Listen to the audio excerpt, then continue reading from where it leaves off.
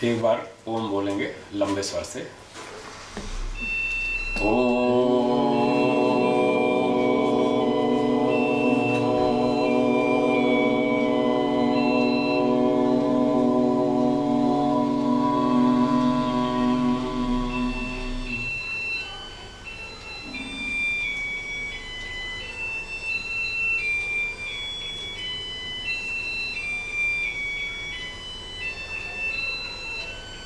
पहला सूत्र हो गया, आगे चलते हैं दूसरा सूत्र, उसकी भूमिका बोलिए। तस्य तस्य लक्षण लक्षण अभिधित्सया अभिदित्सया इदं सूत्रम इदं सूत्रं प्रववृते प्रवृते प्रववृते। प्रवृते। तो पिछले सूत्र में बताया था अथ योगानुशासन। अब योग शास्त्र को आरंभ करते हैं। तो अब कहते हैं तस्य, उसका।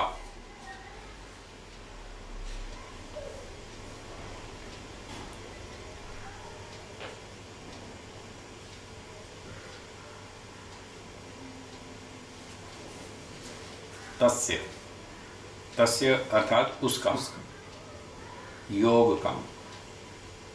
लक्षण स्वरूप, अभिधित्सया। अभिधित्सा कहते हैं कहने की इच्छा। अभिधित्सा कहने की इच्छा। अभिधित्सया तृतीया एकवचन, कहने की इच्छा से। तस्य लक्षण अभिधित्सया, उस योग का लक्षण कहने की इच्छा से। इदं सूत्रम, यह सूत्र। अब जो आएगा दूसरा, प्रववृते, प्रवृत्त होता है, ये सूत्र बनाया जाता है। योग का, उस योग का लक्षण बताने की इच्छा से यह अगला सूत्र बनाया जाता है। ये अर्थ हो, देखिए ठीक है, समझ में आ गया। तो अब अगला सूत्र 2 है, बोलिए। योगश्चित्त योगश्चित्त वृत्ति निरोधः। वृत्ति निरोधः। फिर से बोलेंगे, योगः योगः चित्त चित्त वृत्ति वृत्ति निरोधः। निरोधः। योगश्चित्त वृत्ति निरोधः, बोलिए। योगश्चित्त वृत्ति निरोधः। हाँ, तो ये संधि समास करके पूरा एक ही शब्द बना दिया।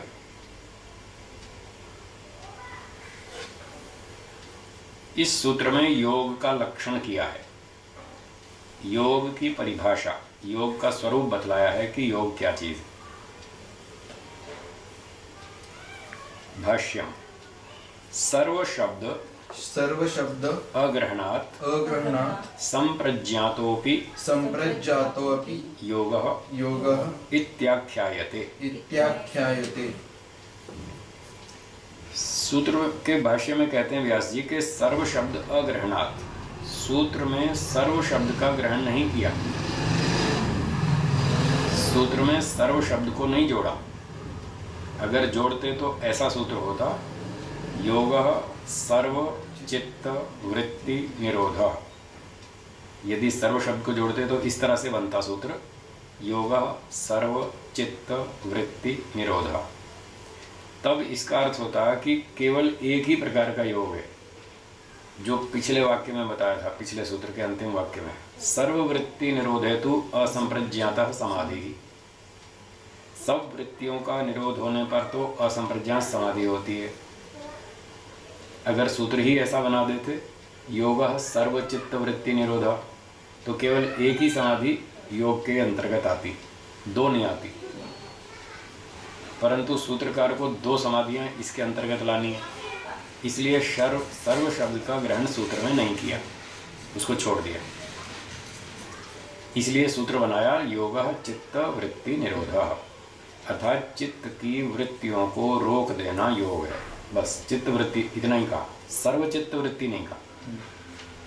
अब चित्त वृत्ति से फिर कोई विशेष अभिप्राय है, तो वो सारा अभिप्राय है चित्त वृत्ति का मतलब 5 चित्त वृत्ति, जो आगे सूत्रकार कहेंगे वृत्तयः पंचतयः। वो वृत्तियां 5 हैं जिनको रोकने का नाम योग है। इसलिए चित्त वृत्ति निरोध का अर्थ हुआ पंच चित्त वृत्ति निरोधा योग। चित्त की 5 वृत्तियों को रोकने का नाम योग है। अब ये 5 वृत्ति निरोध दोनों अवस्थाओं में है, एकाग्र में भी निरुद्ध में भी, इसलिए दोनों योग हैं। एकाग्र अवस्था भी योग है, निरुद्ध अवस्था भी योग है। एकाग्र अवस्था में संप्रज्ञात योग है, निरुद्ध अवस्था में असंप्रज्ञात योग है। इस तरह से 2 प्रकार का योग हुआ। ये बात बताइए।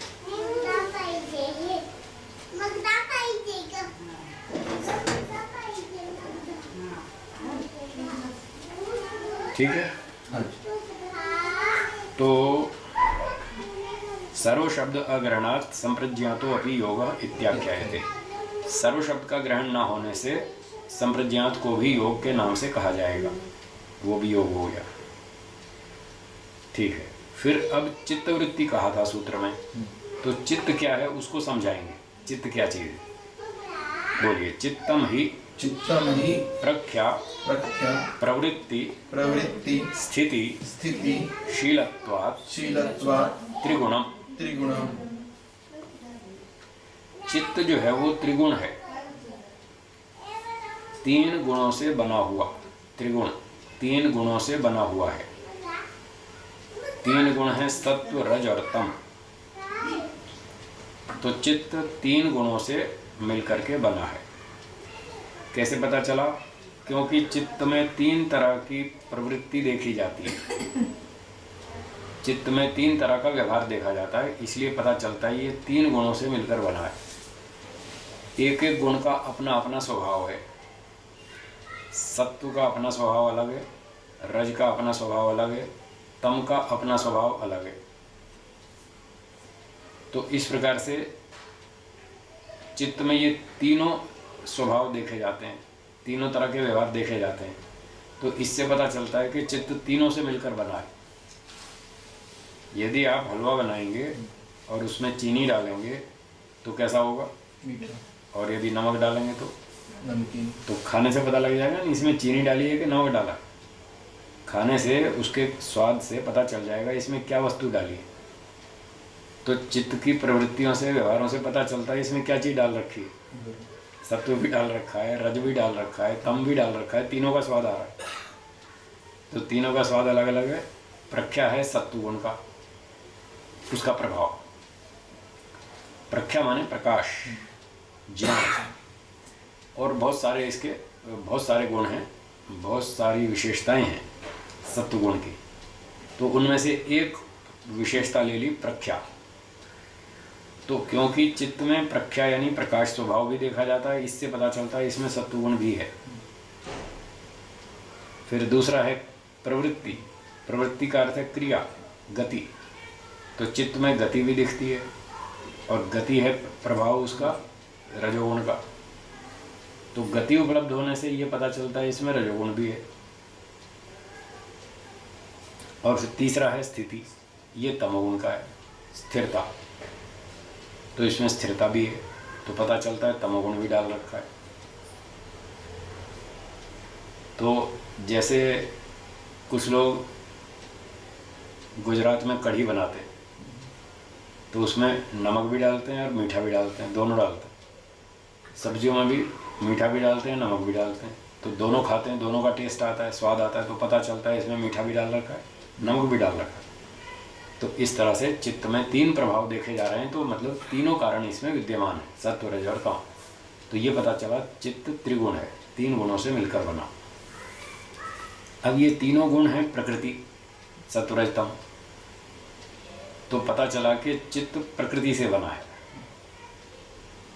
प्रकृति जड़ है या चेतन? जड़। तो चित्त कैसा होना चाहिए, जड़ या चेतन? जड़। बस ये प्रमाण है, याद रखिएगा। ये व्यास जी का प्रमाण है कि चित्त जड़ है, वो प्रकृति से बना है। प्रकृति में 3 तरह के कण हैं, सत्व, रज और तम। तो जो जड़ वस्तु से उत्पन्न होगा वो जड़ ही होगा। वैशेषिक दर्शन में एक सूत्र है जिसमें ये नियम बताया कि कारण गुण पूर्वकः कार्य गुणो दृष्टा। जैसे गुण कारण द्रव्य में होते हैं वैसे ही कार्य द्रव्य में आते हैं। तो कारण में प्रकृति में जड़त्व है, तो कार्य चित्त वो भी जड़ होगा, समान गुण होंगे इस तरह से।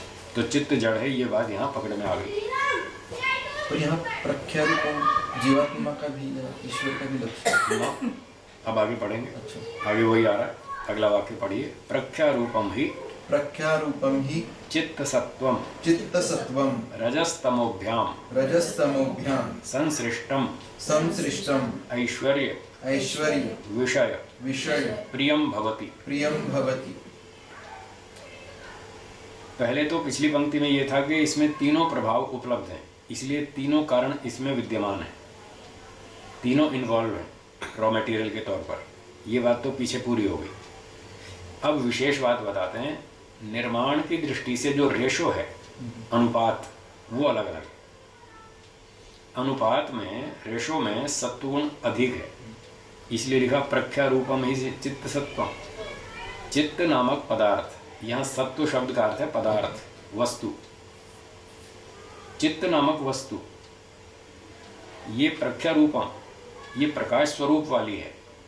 तो प्रकाश किसका प्रभाव था? कौन से गुण का? सत्वगुण। सत्वगुण का। तो इससे सिद्ध हुआ कि सत्वगुण की मात्रा अधिक है। चित्त सात्विक है, सत्व प्रधान है, उसमें सत्वगुण की मात्रा अधिक है।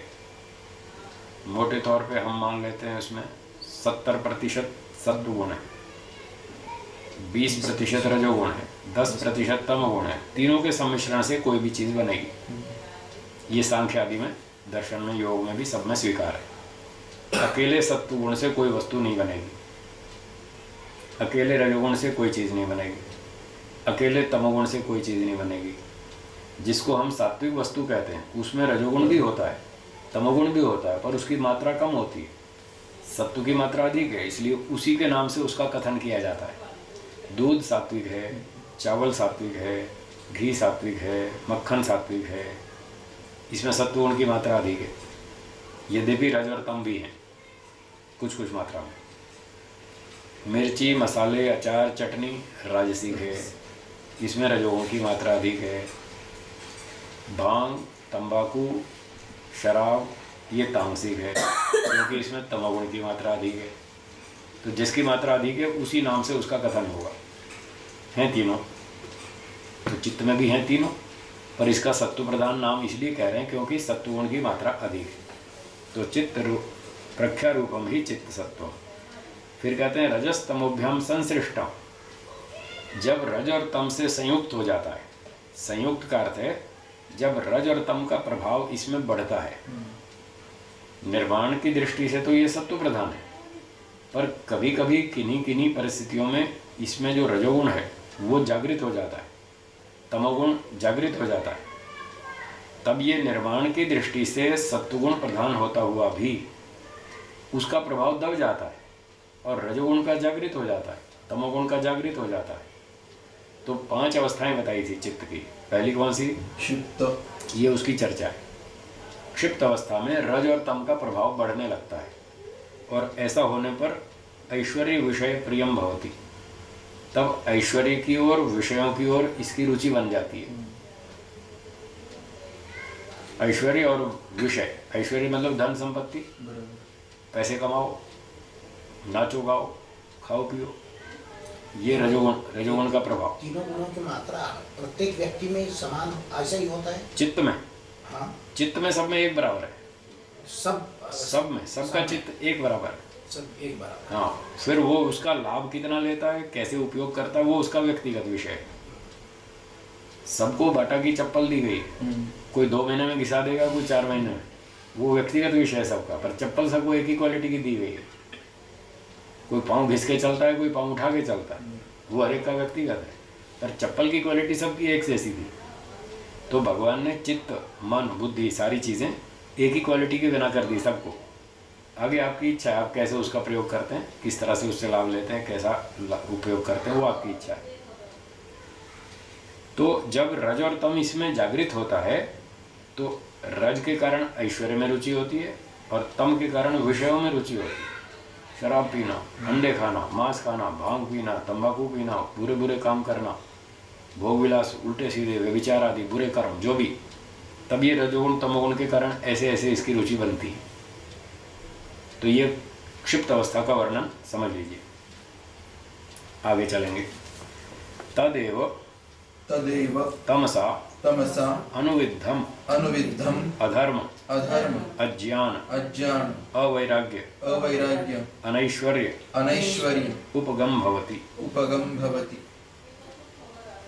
जब रजोगुण भी थोड़ा दब जाए और केवल तमोगुण ही हावी हो जाए पूरी तरह से, तब फिर ये और बुरे काम करेगा, इसकी स्थिति और ज़्यादा खराब हो जाएगी और इन चीज़ों को ये प्राप्त हो जाएगा। उपगम माने प्राप्त होना, उपगम होगी उस चीज़ों को प्राप्त हो जाता है। चित्त मतलब उस ओर मुड़ जाता है, उस दिशा में काम करता है। किन किन दिशाओं में?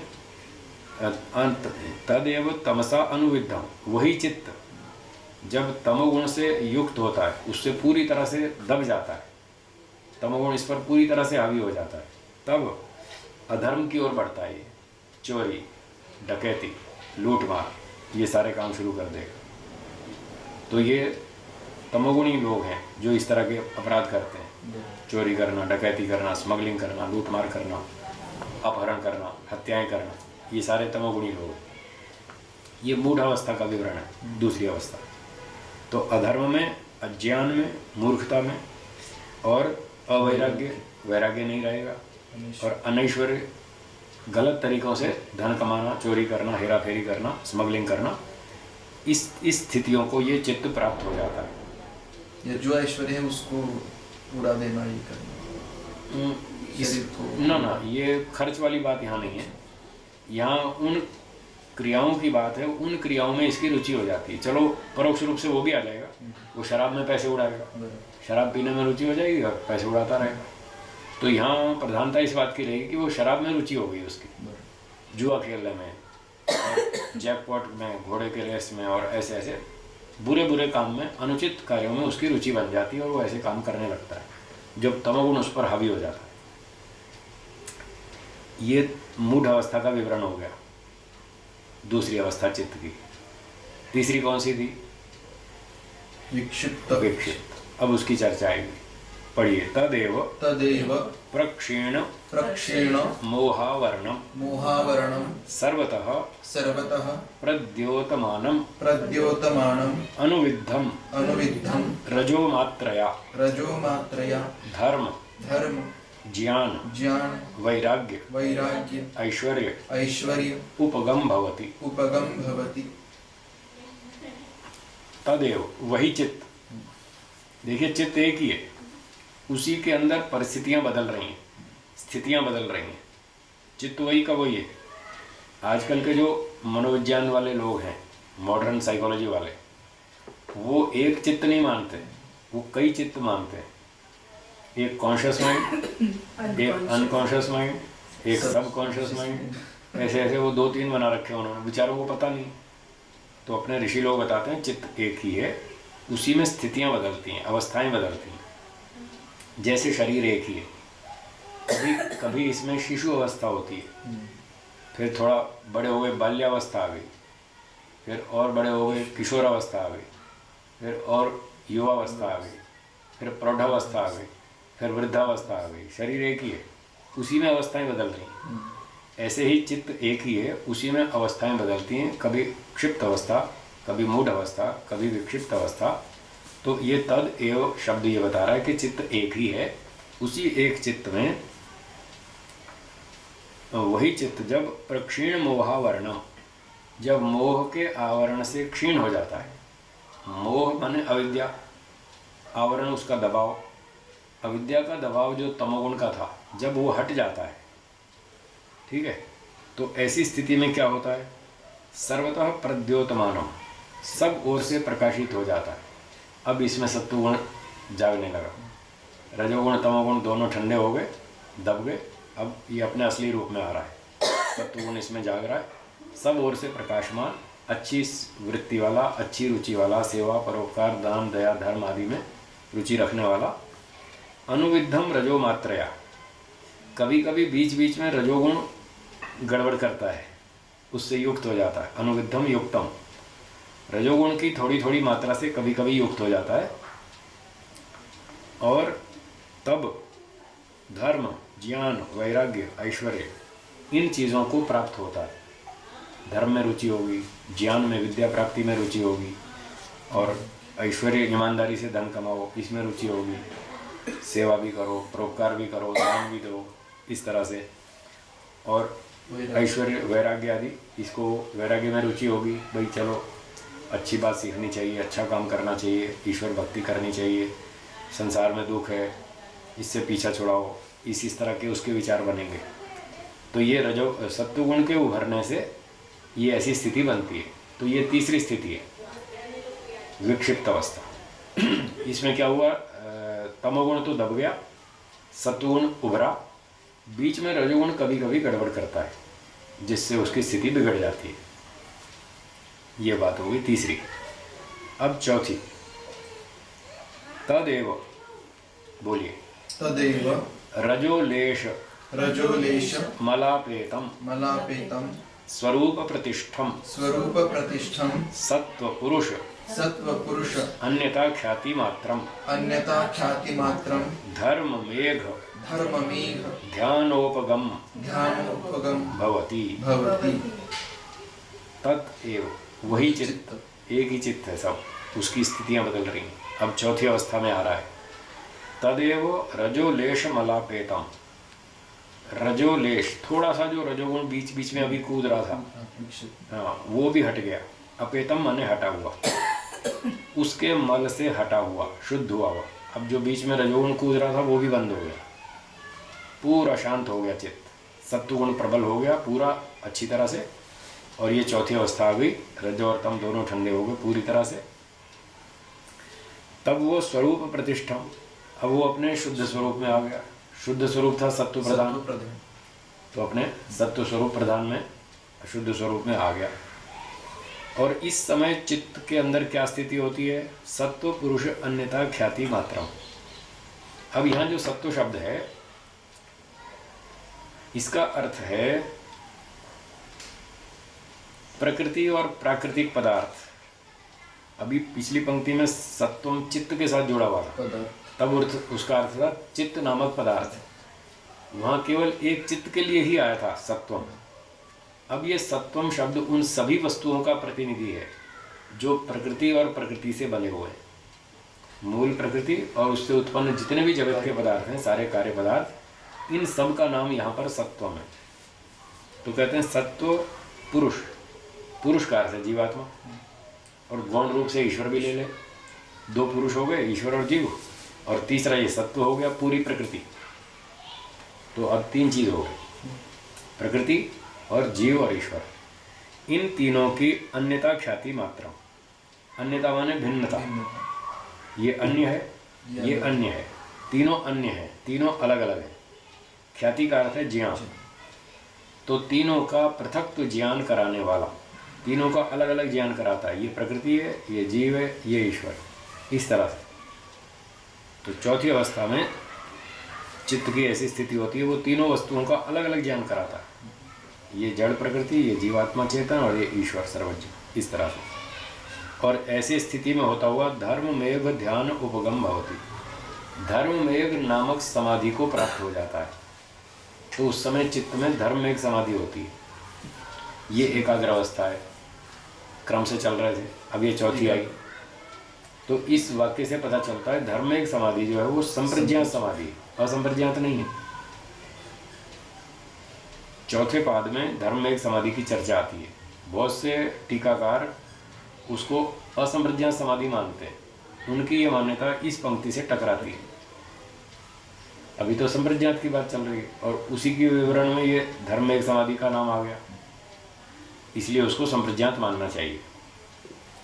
तो जैसे संप्रज्ञात के चार भेद बताए थे, वितर्क, विचार, आनंद और अस्मिता। अस्मिता इनमें सबसे चौथी और सबसे ऊंची अंतिम समाधि है। तो संप्रज्ञात समाधि में ऊंची जो अंतिम समाधि है वो धर्ममेघ समाधि है। तो इसको संप्रज्ञात का ऊंचा स्तर मानना चाहिए, इस तरह से। तो चित्त धर्ममेघ समाधि को प्राप्त हो गया। तो फिर वहाँ क्या हुआ, कहते हैं तत्परम, बोलिए। तत्परम प्रसंख्यानम इति आचक्षते ध्यायेनः। इस संप्रज्ञात समाधि को, धर्ममेघ समाधि को ध्यायिनः, ध्यान करने वाले लोग, जो ध्यान करते हैं, समाधि लगाते हैं, वो लोग इस अवस्था को परम प्रसंख्यान, ये ऊंचे ज्ञान की स्थिति बताते हैं। प्रसंख्यान ऊंचा ज्ञान, परम माने ऊंचा, प्रसंख्यान उच्च स्तर का तत्व ज्ञान। तो ये धार्मिक समाधि में जो ज्ञान होता है वो बहुत ऊंचे स्तर का तत्व ज्ञान होता है। उसमें तीनों का पृथक पृथक ज्ञान होता है, प्रकृति अलग, जीव अलग, ईश्वर अलग। ठीक हो गया? अब अगले वाक्य में बताते हैं कि जीवात्मा में और इस विवेक ख्याति में क्या अंतर है। विवेक ख्याति का अर्थ है तत्व ज्ञान। ये जो परम प्रसंख्यानम बताया, ऊंचा ज्ञान, इस ऊंचे ज्ञान में और जीवात्मा के स्वरूप में क्या भेद है, इस भेद को अगले वाक्य से बताएंगे प्रसंगवश। अगला वाक्य पढ़ते हैं। चिति शक्ति ही, चिति शक्ति ही अपरिणामिनी, अपरिणामिनी अप्रतिसंक्रमा, अप्रतिसंक्रमा दर्शित विषया, दर्शित विषया शुद्धा च, शुद्धा च अनंता च, अनंता च सत्वगुणात्मिका सत्वगुणात्मिका च इयं च इयम् अतो विपरीता अतो विपरीता विवेक ख्याति रीति। विवेक ख्याति इति। तो पहले तो बताते हैं चिति शक्ति। चिति शक्ति है चेतन शक्ति, जीवात्मा। जीवात्मा का स्वरूप कैसा है वो बताया। चिति शक्ति ही अपरिणामिनी, बहुत बढ़िया बताया। जीवात्मा का जो इसमें स्वरूप ज्ञान होगा ना, वो अपरिणामी है, उसमें परिणाम नहीं होता, परिवर्तन नहीं होता। शरीर में परिवर्तन होता है, बताया पहले बच्चा था, फिर जवान हो गया, फिर बूढ़ा हो गया, शरीर में परिवर्तन आता है। जीवात्मा में कोई परिवर्तन नहीं आता। अगर हम 100 ग्राम मिठाई खाएंगे तो शरीर में परिवर्तन आएगा, पर 100 ग्राम मिठाई खाओ या 1 किलो मिठाई खाओ, जीवात्मा में कोई फर्क नहीं पड़ेगा। उसमें एक माइक्रो मिलीग्राम भी जीवात्मा में घुसेगी नहीं मिठाई, उसमें कोई चेंज नहीं आएगा। उसमें घटना बढ़ना, ऐसा गलना सड़ना, कोई परिवर्तन नहीं आएगा। सेब केला गल जाएगा, सड़ जाएगा, कच्चा होगा, पक जाएगा, इसमें परिवर्तन आएगा। तो ये जो परिवर्तन है, चेंजेस, इसका निषेध है अपरिणामी। इस शब्द में चेंजेस नहीं आएगा, परिवर्तन कुछ नहीं आएगा, वो सदा वैसा ही रहेगा, कांस्टेंट, स्थिर। अगला शब्द है अप्रतिसंक्रमा। अप्रतिसंक्रमा का अर्थ है कि वो किसी वस्तु में घुलता मिलता नहीं है, मिक्स नहीं होता। कोई दूसरी वस्तु जीवात्मा में मिक्स नहीं होती, जीवात्मा किसी भौतिक वस्तु में मिक्स नहीं होता, दोनों अलग अलग रहते हैं। उदाहरण, 1 गिलास दूध में हमने 2 चम्मच चीनी डाल दी और चम्मच को हिला दिया, चीनी घुल गई। किस में घुल गई? दूध में। दूध में। क्या चम्मच भी घुल गया? नहीं। चम्मच नहीं घुला, चीनी घुल गई। तो जैसे चीनी दूध में घुल जाती है पर चम्मच नहीं घुलता, वो मिक्स नहीं होता। इसी तरह से जीवात्मा किसी भौतिक वस्तु में मिक्स नहीं होता, घुलता मिलता नहीं है, वो उससे अलग ही रहता है, जैसे चम्मच दूध से अलग रहता है। ये अप्रतिसंक्रमा शब्द का अर्थ है। ना तो दूध चम्मच में घुसेगा, ना चम्मच दूध में घुसेगा, कोई किसी में मिक्स नहीं होगा, दोनों अलग अलग रहेंगे।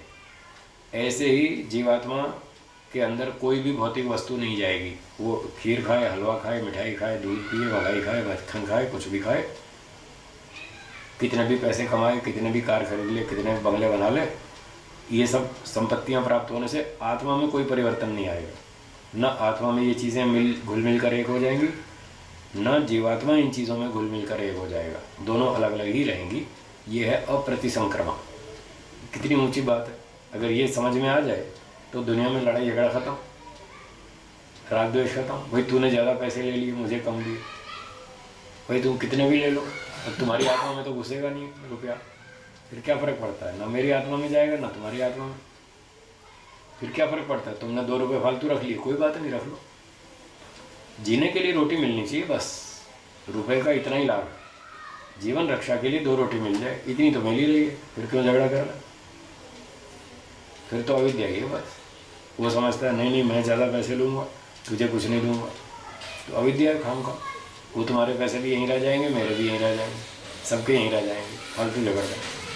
ये क्यों है झगड़ा? इस बात को नहीं समझा लोगों ने कि जीवात्मा में कोई भी वस्तु घुलती मिलती नहीं है।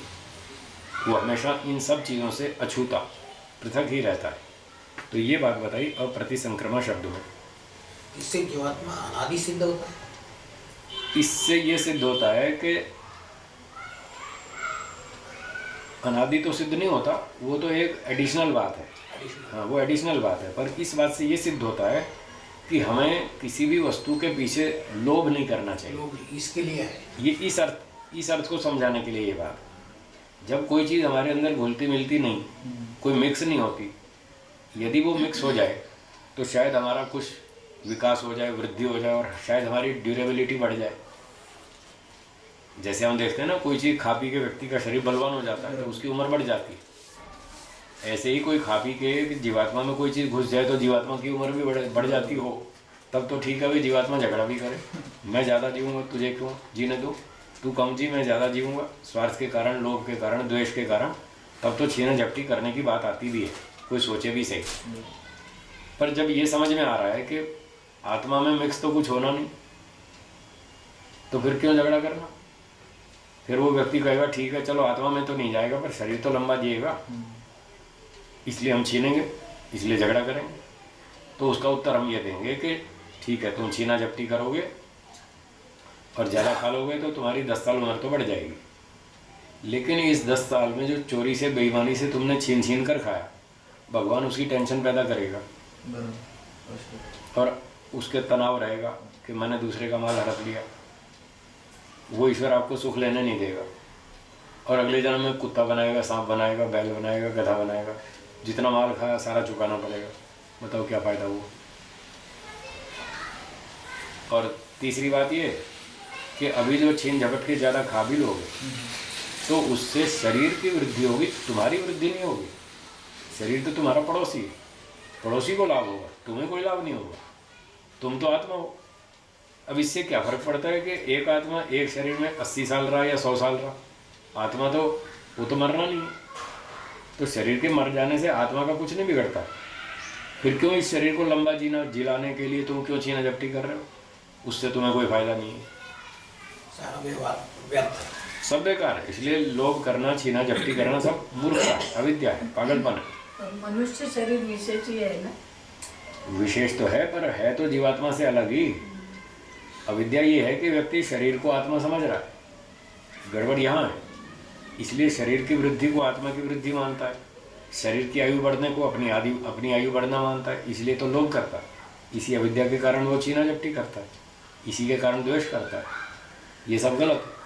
तो यही समझाना चाहते हैं कि उस ऊंचे तत्व ज्ञान की स्थिति में साधक को, उपासक को ये बात समझ में आ जाती है कि ये सब मूर्खता है, पागलपन है, छीना झपटी करना और पैसे अधिक चुरा लेना या संपत्ति अधिक रख लेना या खा पी अधिक लेना, ये सब व्यर्थ की बातें हैं। इससे आत्मा का कोई वृद्धि विकास नहीं होने वाला। तुम आत्मा हो, अपने शुद्ध स्वरूप को पहचानो। अगर वो समझ में आ गए तो ये सारे अपराध बंद हो जाएंगे, सब झगड़ा खत्म हो जाएगा। तो ये हो गया अप्रतिसंक्रमा, इस शब्द का अभिप्राय। अगला शब्द है दर्शित विषया। इसको विषय दिखाए जाते हैं जीवात्मा को मन के द्वारा, इंद्रियों के द्वारा। मन इंद्रियों से, शरीर आदि के साधनों से इसको विषय दिखाए जाते हैं, प्रस्तुत किए जाते हैं। बस ये जैसे हम शीशे में दूर से देखते हैं ना, कोई वस्तु शीशे में अपनी शक्ल देखते हैं, या सामने कोई वस्तु रखी है, हम आँख से देखते हैं, ये टेलीविज़न रखा है, ये साइकिल रखी है, ये खिलौना रखा है, ये चित्र रखा है। हम दूर से देखते हैं, बस हमको उसका ज्ञान होता है, बस ज्ञान मात्र होता है। हमने एक फ़ोटो को देखा, महापुरुषों की फ़ोटो रखी है महर्षि दयानंद जी की, तो इसको देखने से वो फ़ोटो थोड़ी आत्मा में घुस जाती है, फ़ोटो तो घुसती नहीं, केवल उसकी जानकारी होती है, ज्ञान मात्र होता है। तो जैसे यहाँ फ़ोटो का ज्ञान हुआ, ऐसे ही खीर खाने से उसके रस का ज्ञान हो जाएगा, हलवा मिठाई खाने से उसके टेस्ट का पता चल जाएगा, बस ज्ञान मात्र ही होगा। और इतने जानकारी मात्र होने से आत्मा का कुछ बढ़ता नहीं, तो फिर क्यों झगड़ा करना। तो उस झगड़े से ही बचाने के लिए एक और नया शब्द रखा कि जीवात्मा को केवल विषय दिखाए जाते हैं। देखना, जानना, समझना, महसूस करना, अनुभव करना पर्यायवाची शब्द है। इसको दिखाए जाते हैं मतलब इसको ज्ञान मात्र होता है और कुछ नहीं होता। तो यदि ऐसा समझ में आएगा तो हम फिर उसके लिए भी छीना झपटी नहीं करेंगे, मारामारी नहीं करेंगे। झगड़ा नहीं करेंगे। देख लिया। अच्छा मान लो एक आदमी ने इस शरीर में 50 साल देखा, एक आदमी ने इस शरीर में 80 साल देखा, तो कोई कहेगा साहब उसने 30 साल ज़्यादा देखा। कोई बात नहीं, उसने इस शरीर में 30 साल अधिक देखा, तुम उतने 30 साल अगले शरीर में देख लो। तो वैसी ही हमारी 50 साल में शरीर मर गया, इसका अर्थ ये थोड़ी आत्मा मर गई। फर्क इतना ही है कि उसने एक शरीर में 50 साल देखा, उसने 80 साल देखा, बचे हुए 30 साल इसने दूसरे शरीर में देख लिया। देख तो वो भी रहा है, ज्ञान तो वो भी कर रहा है। फिर चाहे इस शरीर में करो या उस शरीर में करो, क्या फर्क पड़ता है? रहने को तो मकान मिल ही रहा है, चाहे आप पिंपरी में रहो, चाहे पुणे में रहो, चाहे आप नागपुर में रहो, चाहे भोपाल में रहो, कहीं भी रहो, रहने को जगह तो मिल ही रही है। फिर क्या फर्क पड़ता है, कहीं भी रह लो। तो ये है दर्शित विषय। विषय इसको दिखाए जाते हैं और बस ये ज्ञान मात्र होता है इसको, और कुछ नहीं होता, बढ़ता घटता कुछ नहीं। फिर कहते हैं शुद्धाचर, जीवात्मा शुद्ध है। यहाँ शुद्ध से तात्पर्य है कि जो वस्तुएं संघात होती हैं, अनेक अवयवों का समुदाय, कॉम्बिनेशन ऑफ पार्टिकल्स, वो है संघात पदार्थ।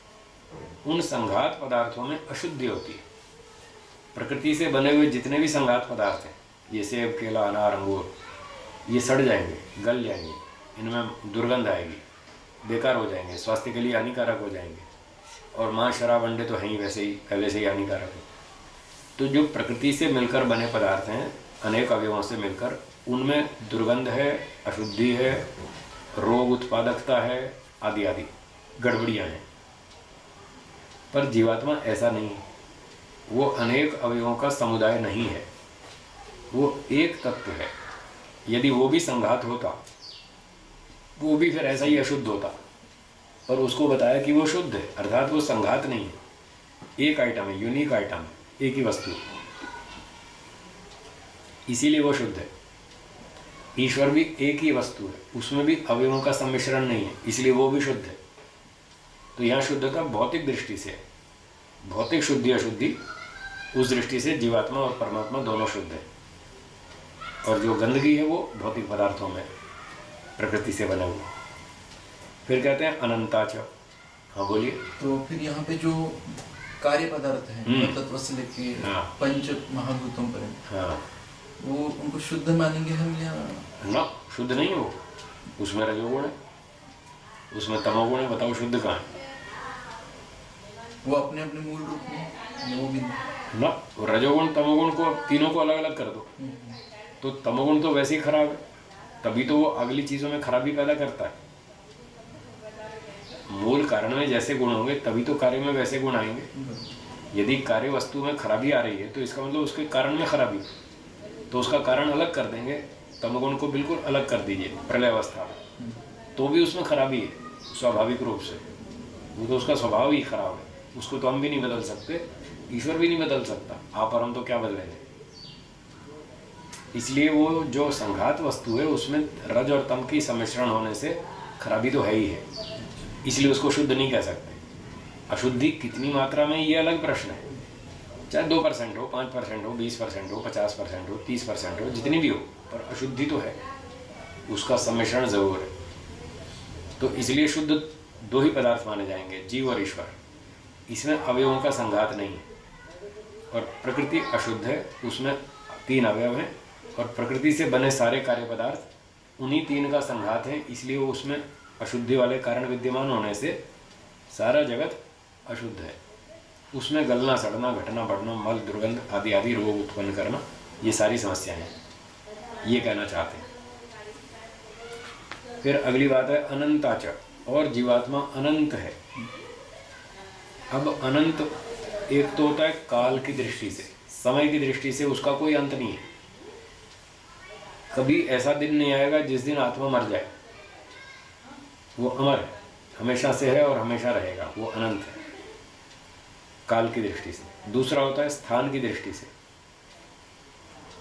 एक वस्तु 10 फीट लंबी है, तो यहाँ से शुरू हुई, यहाँ ख़त्म हो गई 10 फीट, तो इसका अंत हो गया यहाँ पर। ये स्थान की दृष्टि से, लंबाई चौड़ाई की दृष्टि से, दूरी की दृष्टि से इसका अंत हो गया। और ईश्वर स्थान की दृष्टि से भी अनंत है, काल की दृष्टि से भी अनंत है। पर जीवात्मा स्थान की दृष्टि से अनंत नहीं है, वो छोटा सा है, एक बहुत छोटा सा है, उसकी बाउंड्री है, एक सीमा है, उस सीमा से बाहर वो नहीं है। इसलिए स्थान की दृष्टि से, लंबाई चौड़ाई की दृष्टि से तो अंत है उसका, पर समय की दृष्टि से वो अनंत है। समय की दृष्टि से कभी नहीं मरेगा, क्योंकि वो पैदा भी नहीं हुआ, वो अनादि है और अनंत है। इस प्रकार से जीवात्मा का स्वरूप बतलाया कि उस परम प्रसंख्यानम में, तत्व ज्ञान की ऊंची स्थिति में जीवात्मा का ये स्वरूप अनुभव होगा, ये समझ में आ जाएगा उसको। अब इससे जो विवेक ख्याति है वो इससे भिन्न है। तो विवेक ख्याति ज्ञान का नाम है, जीवात्मा द्रव्य का नाम है। ज्ञान गुण है, जीवात्मा द्रव्य है, इसलिए गुण और द्रव्य की यहाँ भिन्नता दिखा रहे हैं। और ये जो ज्ञान है, जीवात्मा को जो ज्ञान मिला, ये संप्रज्ञा समाधि में मिला। संप्रज्ञा समाधि में चित्त का सहयोग लिया और चित्त में सत्वगुण प्रधान अवस्था थी, तब ये ज्ञान हो पाया। इसलिए ये जो विवेक ख्याति है तत्व ज्ञान वाली, इसमें सत्वगुण का सहयोग है और सत्वगुण जीवात्मा से भिन्न वस्तु है, इसलिए अंतर दिखला रहे हैं। क्या कहते हैं शब्द, आगे देखिए, सत्व गुणात्मिका च इयम विवेक ख्याति रीति। और जो ये विवेक ख्याति है ज्ञान, ये सत्वगुण के आधार पर जीवात्मा को प्राप्त हुआ, सत्वगुण की सहायता से। अतो विपरीता, ये जीवात्मा से भिन्न है। विपरीत का अर्थ है यहाँ पर भिन्न, पृथक अस्तित्व रखने वाला। तो ये ज्ञान आया कहाँ से, पृथक कैसे हो गया? ये ज्ञान आया ईश्वर में से। सब सत्य विद्या और जो पदार्थ विद्या से जाने जाते हैं, उन सब का आदि मूल परमेश्वर है। तो सारी सत्य विद्याओं का आदि मूल परमेश्वर है। सब सत्य विद्या ईश्वर से प्राप्त होती है। ये सत्य विद्या है, सत्य ज्ञान है, ये ईश्वर में से आया, ईश्वर ने दिया जीवात्मा को। ज्ञान एक गुण है, इच्छा द्वेष प्रयत्न ज्ञान, ये सारे गुण हैं। नियम कहता है कि गुण अकेला कभी नहीं रहता, किसी न किसी द्रव्य में रहेगा।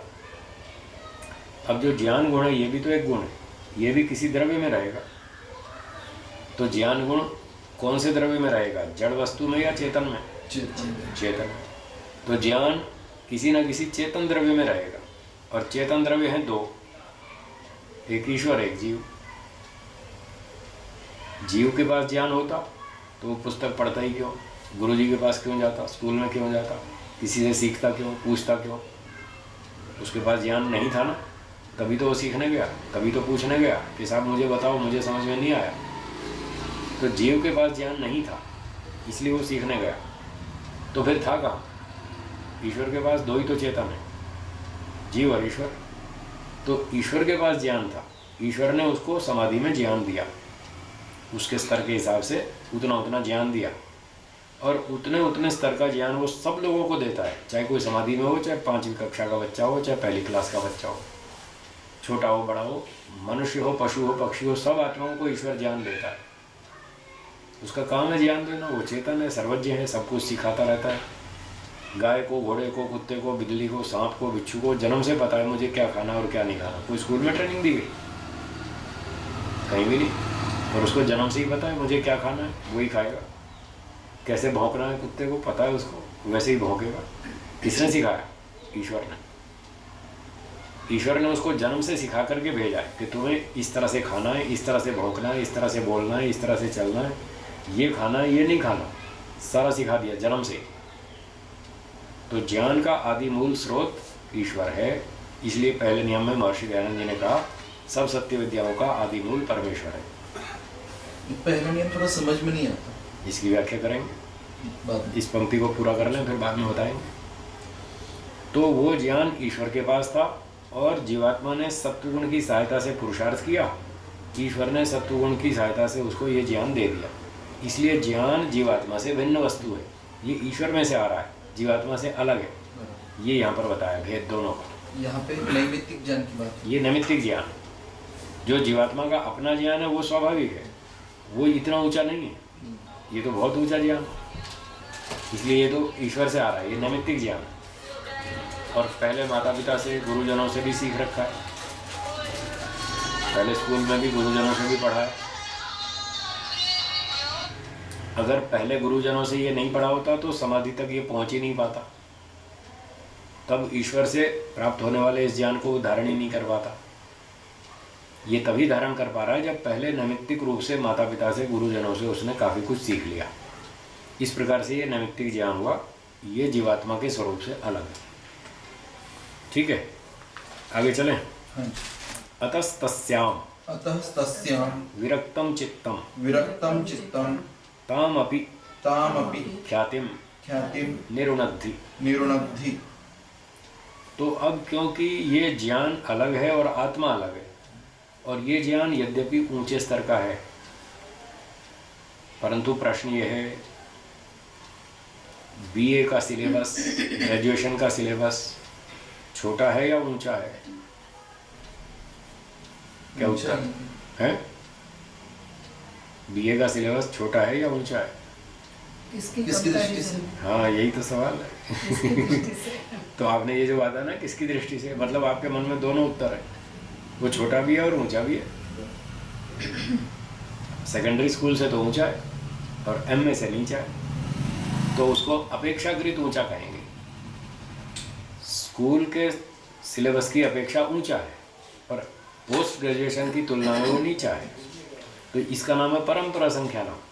जो सत्वगुण आत्मिका जो विवेक ख्याति थी, ये परंपरा संख्यानम आम जनता के ज्ञान के स्तर से ऊंचा है, इसलिए उसको परम कहा। लेकिन अभी असंप्रज्ञात वाले ज्ञान से तो नीचा है, इसलिए नीचा होने से इसको भी छोड़ना होगा। तो जो अपेक्षाकृत ऊंचा ज्ञान था, विवेक ख्याति, जब जीवात्मा ने, समाधि लगाने वाले ने सोचा कि भाई ये ऊंचा तो है, दुनिया के ज्ञान से तो बहुत ऊंचा है, परंतु इससे तो मेरा मोक्ष होने वाला नहीं है। अभी ईश्वर तो पूरा पकड़ में आया नहीं, ये तो जीवात्मा ही पकड़ में आया। प्रकृति भी समझ में आ गई, जीवात्मा भी आ गया। तो विवेक ख्याति के स्तर पर प्रकृति और जीव का विशेष पृथक्त्व ज्ञान होता है। उसमें मुख्य विषय ये दो रहते हैं। ईश्वर गौण होता है, ईश्वर का अभी उतना पकड़ में नहीं आया, उसका गौण है, कम है, इन दो का प्रधान रूप से। तो कहता है इतने से तो मेरा मोक्ष होने वाला नहीं, मुझे तो मोक्ष तक जाना है। तो उसके लिए मुझे गुरुजी ने बताया था कि और आगे चलो, इसको भी छोड़ो, मुझे तो पोस्ट ग्रेजुएशन करना है। तो बीए का स्तर यद्यपि 10वीं 12वीं से तो ऊंचा है, पर इतने से मेरा काम नहीं चलता, इसको भी छोड़ो और ऊपर चलो, पोस्ट ग्रेजुएशन का सिलेबस पढ़ेंगे, एमए की पुस्तक लाओ। तो ये कहता है अतस्तस्याम विरक्तम चित्तम, इस विवेक ख्याति में भी विरक्त हुआ चित्त,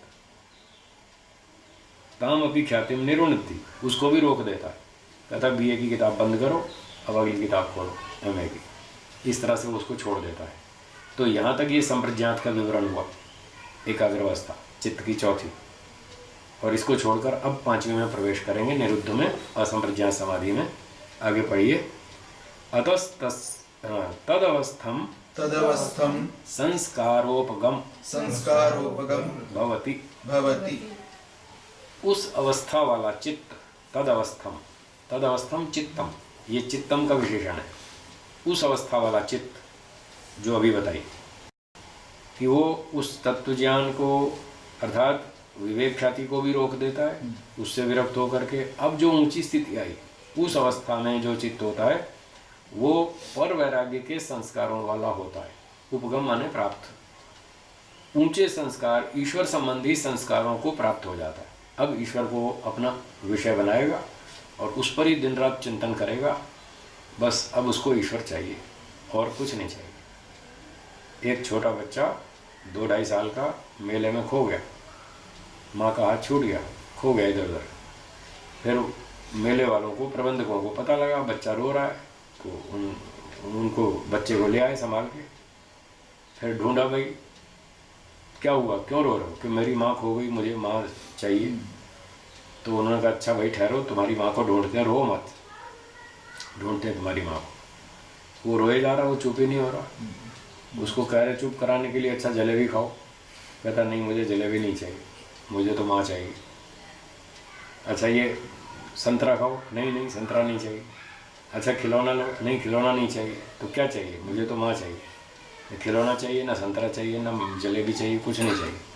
मुझे बस माँ चाहिए। तो इस अवस्था वाले व्यक्तियों को भी तू पैसा ले ले, बोले नहीं पैसा नहीं चाहिए। अच्छा ये सम्मान ले ले, लोकेशना, नहीं वो भी नहीं चाहिए। अच्छा चेला बना लो, 2-4 करोड़ चेले बना देते हैं, नहीं चेला भी नहीं चाहिए। फिर क्या चाहिए? मुझे माँ चाहिए, ईश्वर चाहिए। पुत्रेषणा वित्तेषणा लोकेशना कुछ नहीं चाहिए, बस मुझे ईश्वर चाहिए। ये है संस्कारोपगम भवति। ईश्वर वाले पर वैराग्य के संस्कारों से वो युक्त होता है, बस ईश्वर चाहिए और कुछ नहीं चाहिए। ये उससे भी और ऊंचा निकल गया। ठीक है, 5वीं अवस्था आ रही है, बोलिए। सनिर्बीज सनिर्बीजः समाधि। समाधि। ये निर्बीज समाधि, ये है निर्बीज समाधि। यहाँ पर बीज का अर्थ है कारण। किसका कारण? पुनर्जन्म को उत्पन्न करने का कारण। क्या है वो? अविद्या। अविद्या से बार बार जन्म होता रहेगा। जब तक अविद्या बची रहेगी तब तक बार बार जन्म होता रहेगा। तो अब यहाँ निर्बीज हो गया, अब यहाँ अविद्या नष्ट हो जाएगी। ये 5वीं स्थिति है, असंप्रज्ञा समाधि। यहाँ आके अविद्या नष्ट होगी। जब अविद्या नष्ट होगी तो मोक्ष हो जाएगा। यही हमारे बंधन का कारण है अविद्या। ये हट गई तो मोक्ष हुआ। तो ये 5वीं स्थिति में पहुंच गया चित्त, निर्बीज समाधि में, असंप्रज्ञा समाधि में। इसी का नाम निर्बीज समाधि है। कहते हैं न तत्र किंचित संप्रज्ञायते संप्रज्ञायते इति इति असंप्रज्ञातः। इसको असंप्रज्ञात क्यों कहा? इसलिए कहा कि वहाँ पर जो संप्रज्ञात वाले विषय थे वो यहाँ पर बंद कर दिए जाते हैं, वो यहाँ नहीं जाने जाते, उनको छोड़ दिया जाता है। जब व्यक्ति एमए के सिलेबस में प्रवेश करता है तो बीए की पुस्तकें बंद कर देता है। तो संप्रज्ञात वाली समाधि की पुस्तक बंद, इसलिए असंप्रज्ञात वो विषय यहाँ नहीं जाना जा रहा। इसका अर्थ ये नहीं कि कुछ भी नहीं जाना जा रहा, विषय बदल गया। वो विषय बंद हो गया संप्रज्ञात वाला, और दूसरा विषय शुरू हो गया, वो है ईश्वर। इसलिए असंप्रज्ञात समाधि में ईश्वर की अनुभूति होगी, जीव और प्रकृति की बंद हो जाएगी। वो संप्रज्ञात का विषय था। ये 5 अवस्था हो गई। अंत में उपसंहार करते हैं। द्विविधः स योगः चित्तवृत्ति निरोध इति। बस ये 2 प्रकार का है चित्तवृत्ति निरोध। इन 5 में से 2 का है चित्तवृत्ति निरोध। इन 2 का नाम योग है, संप्रज्ञात और असंप्रज्ञात। योगश्च चित्तवृत्ति निरोध। सूत्र का अर्थ हो गया चित्त की वृत्तियों को रोक देना योग है। चित्त की 5 वृत्तियों को रोक देना योग है। इन दोनों योगों में 5 वृत्तियां रोकनी पड़ेंगी। जब तक ये 5 वृत्तियां नहीं रुकेंगी योग सिद्ध नहीं होगा। 5 में से कोई भी चल रही है तो समझ लो योग नहीं है, समाधि नहीं है। और जब ये 5 रुक गई तो समझ लो 2 में से कोई ना कोई योग होगा, या तो संप्रज्ञात होगा या असंप्रज्ञात होगा। तो कैसे पता चलेगा कौन सा हो रहा है? तो उसके ऑब्जेक्ट से पता चलेगा, उसके विषय से पता चलेगा कि इस समाधि में कौन से विषय का हमको अनुभव हो रहा है, किस वस्तु का हमको साक्षात्कार हो रहा है। उससे निर्णय होगा कि ये संप्रज्ञात योग है अथवा असंप्रज्ञात योग है। संप्रज्ञात योग में प्रकृति और जीव ये 2 विषय होंगे, और असंप्रज्ञात में ईश्वर विषय होगा। ये हो गया 2 तरह का योग। ठीक है, चलिए विराम।